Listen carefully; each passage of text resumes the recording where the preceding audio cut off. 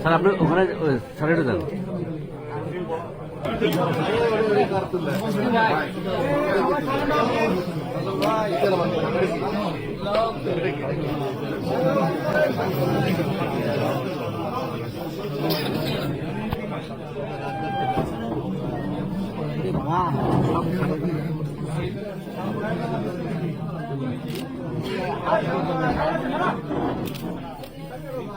সব কত মাসে হাত বাড়িয়েছে কি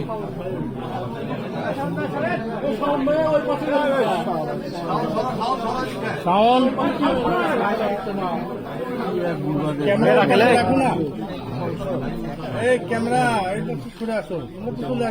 ভাই সাউন্ড ভাই তো রাখলে সিপার মধ্যে ফেরাইলে কে মামা হাত পুরি নাও সামনে আমার সামনে যাওয়ার আরেক ক্যামেরা বেরিয়ে গেছে।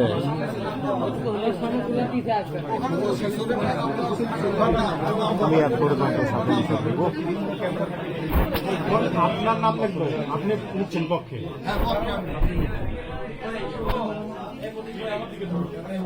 রেজাউল করিম বাদশা। উপরে হাতে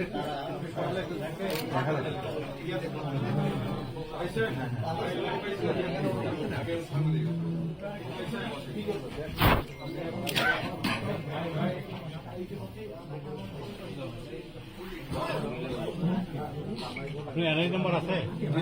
এনআইডি কার্ড আছে? আছে, নাম্বারটা দিলেই হবে। না থাকবে মোবাইল নাম্বার, মোবাইল থেকে এনআইডি নাম্বার।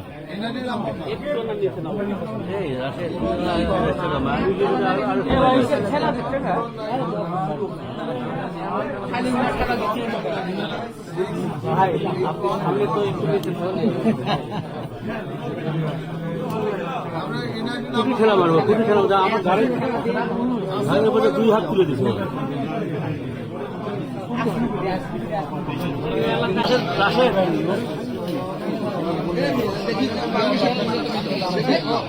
সামনে মানুষ আছে দেখি।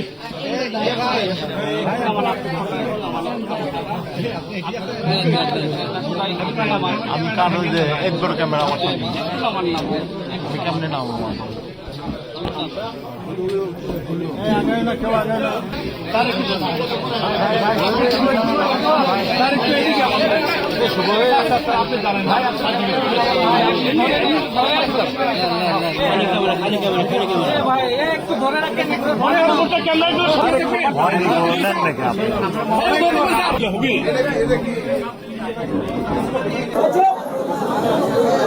আপনারা সবাই জানেন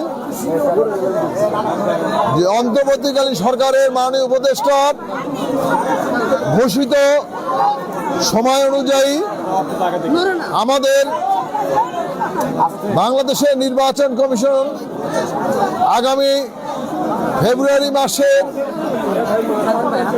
12 তারিখ নির্বাচনের তফসিল ঘোষণা করেছেন। সেই তফসিল অনুযায়ী আমরা বগুড়া জেলা বিএনপি এবং আমাদের অঙ্গ সহযোগী নেতৃবৃন্দ আমরা এখানে এসেছি, কিন্তু আমরা আইনের প্রতি শ্রদ্ধাশীল বিধায় আমরা 5 জন ভিতরে যে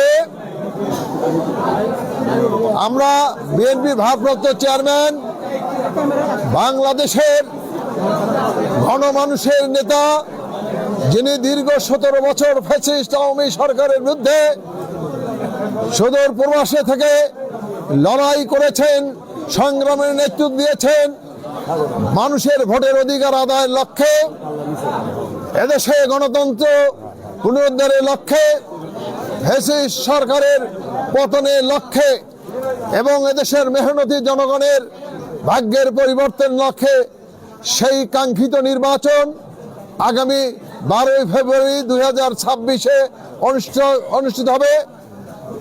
আমরা তারই লক্ষ্যে আমাদের বিএনপির ভারপ্রাপ্ত চেয়ারম্যান দেশনায়ক তারেক রহমানের এই বগুড়া, তিনি বগুড়ার সন্তান, আমাদের বগুড়ার অহংকার, এবং তিনি সদর আসন থেকে নির্বাচন করছেন। বিএনপি থেকে মনোনীত হয়েছেন। আজকে আমরা আমাদের সেই প্রিয় নেতা বগুড়ার সন্তান তারেক রহমানের মনোনয়নপত্র আমরা আমাদের মাননীয় জেলা প্রশাসকের কাছ থেকে আমরা সংগ্রহ করেছি এবং সেই জন্যই আজকে আমরা এখানে এসেছি।